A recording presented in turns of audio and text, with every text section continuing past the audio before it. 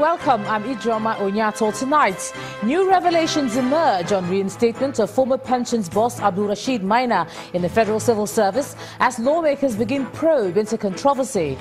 Senate rejects nomination of Ahmad Mahmoud as Resident Electoral Commissioner representing Zamfara on grounds of state of origin. Vice President Professor Yemi Osinbajo asked Gulf of Guinea Commission member states to renew political and financial commitments.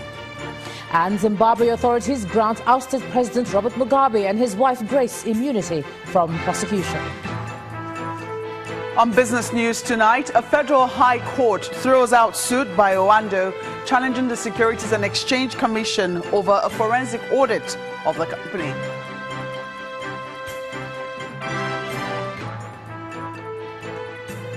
On sports news tonight, Super Eagles of Nigeria drops 9 places in the latest FIFA rankings released today.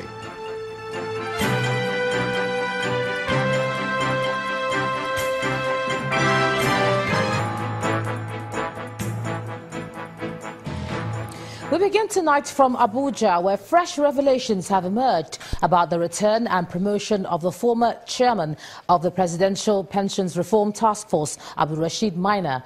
These new twists came up at the House of Representatives hearing into the matter today. The Minister of Justice and Attorney General of the Federation, Abubakar Malami, who faced the lawmakers, denied giving directives for the reinstatement of Mr. Maina. Our correspondent Larry Lasisi reports.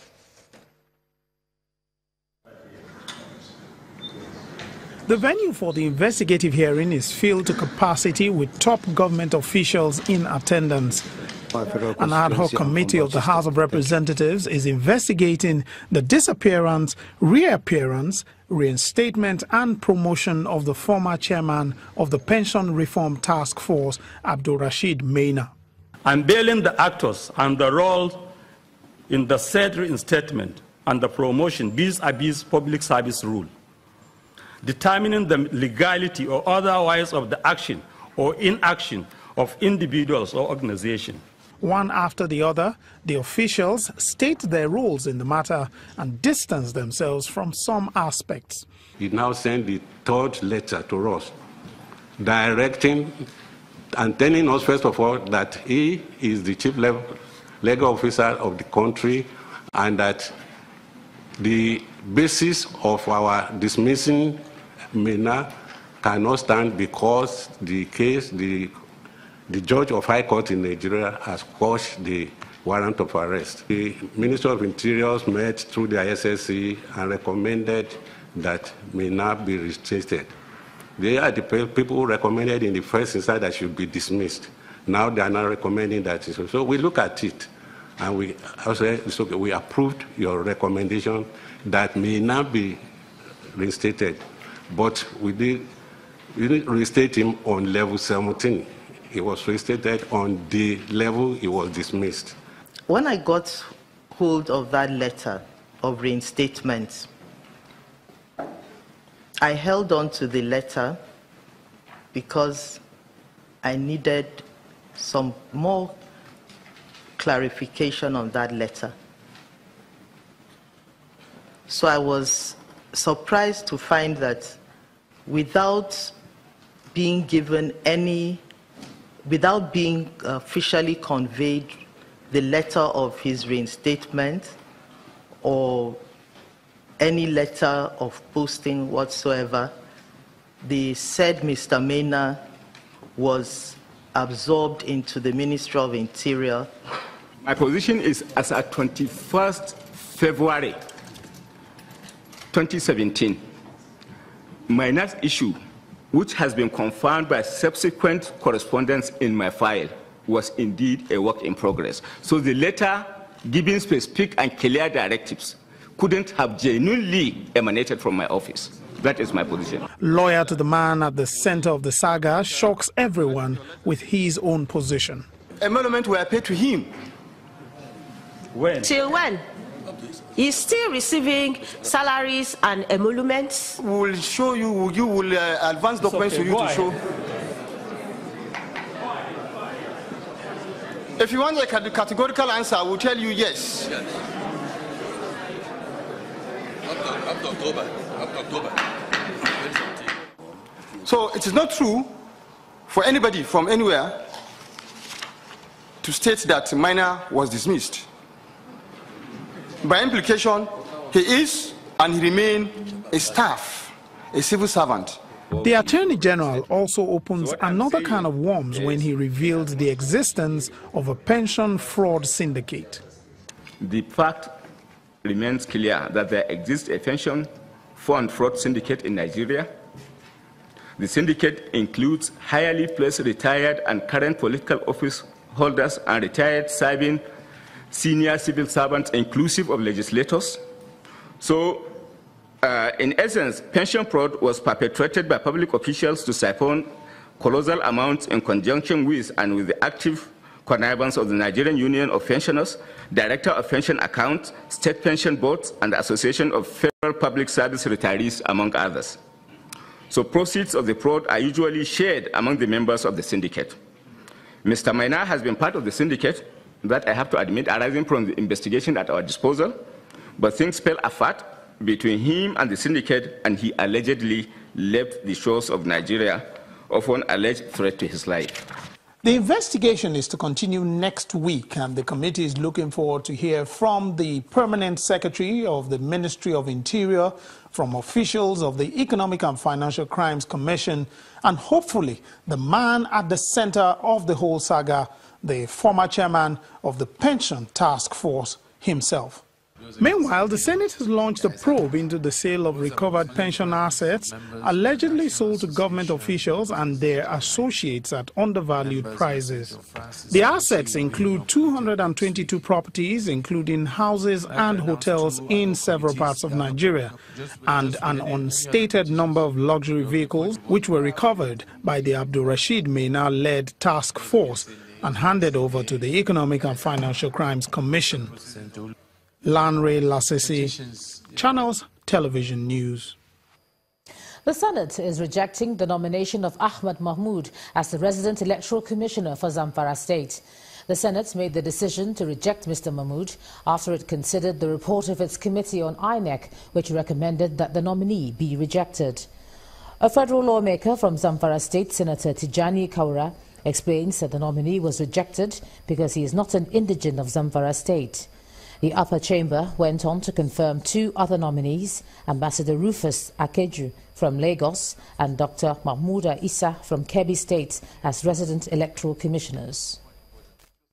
I rise to support in totality the decision of the committee to reject the nominee from Zamfara State for the simple fact that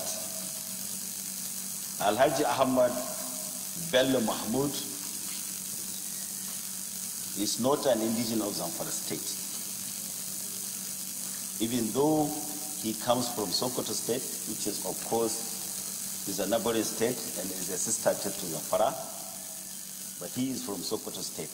And the essence of appointing resident electoral commissioners is to represent states. And we feel from Zamfara State that Mahmoud does not represent the people of Zamfara State. The Vice President, Professor Yemi Osinbajo, has asked member states of the Gulf of Guinea Commission to show renewed commitment for the body. He made the appeal at the 4th Ordinary Session of the Assembly of Heads of State and Government of the Gulf of Guinea as Nigeria emerges as the new chairman of the Commission. Our correspondent, Gloria Humezoke, reports.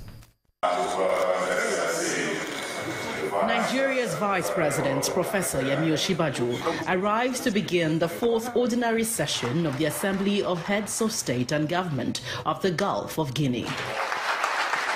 For 2 days, member states from 8 countries discussed one subject, the survival of the core objectives of Gulf of Guinea Commission, established in July 2001. The Vice President of Nigeria underpinned the gains of strengthening cooperation among members of the Commission. Let us renew our commitment to making the Gulf of Guinea Commission more effective and a truly vibrant partner in all our efforts, be they regional, national, or international, to ensure a zone of peace, security, and sustainable development for our countries, our peoples, and other stakeholders in the region.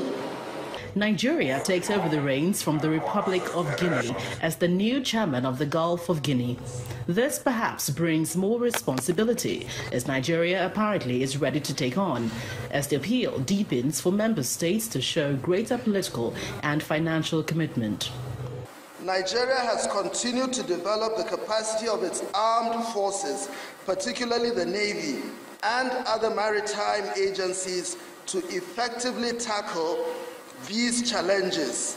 Indeed, the surveillance capabilities of the Nigerian Navy and the Nigerian Maritime Administration and Safety Agency are being developed to ensure a secure environment within the domain, as well as in the Gulf of Guinea. We earnestly appeal to you, not only for your political support to enable the Executive Secretariat to implement actions we present to you, but also for your financial support to give this organization a chance, a lifeline. A revitalization plan is already underway. A plan member states, including Ghana, who has just been admitted, hope would crystallize a joint action plan to tackle poverty and maritime criminality in the region. Gloria Umezuki, Channels Television News. The president has commended what he describes as the stabilizing roles that the Benin Kingdom has been playing in the affairs of the country. President Muhammadu Buhari was speaking when he received the Oba of Benin, His Royal Majesty Oba Eware II, at the State House. According to the president, Nigerians have reasons to be proud of the roles played by the Benin monarchs since the colonial era.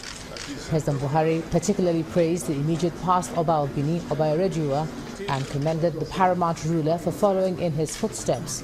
The Oba commended the president's handling of security challenges in the country, and he asked the federal government to establish industries in the rural areas to curb unemployment, rural-urban migration and human trafficking.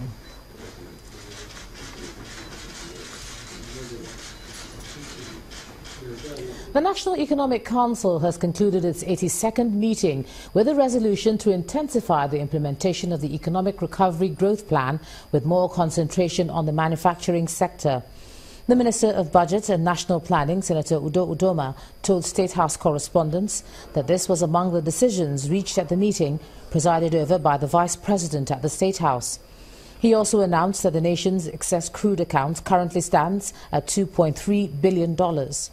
At the end of the meeting, the Vice President led other governors and top government officials to sign the condolence register for the late former Vice President, Dr. Alex Ekweme, who will be given a national burial. It was agreed that we should intensify the implementation of the Economic Recovery and Growth Plan, that we should ensure that we are firing on all cylinders. We'll continue to intensify work on the areas that we're doing well, such as agriculture, solid minerals, industry, oil and gas. But there is also a need to focus even more attention on those areas that we're not doing so well, such as manufacturing. It is only by firing on all cylinders that we will be able to achieve the 7% growth rate, which we plan and which is our target for 2020. And so there was a commitment of governors to work with the federal government in order to achieve these plans.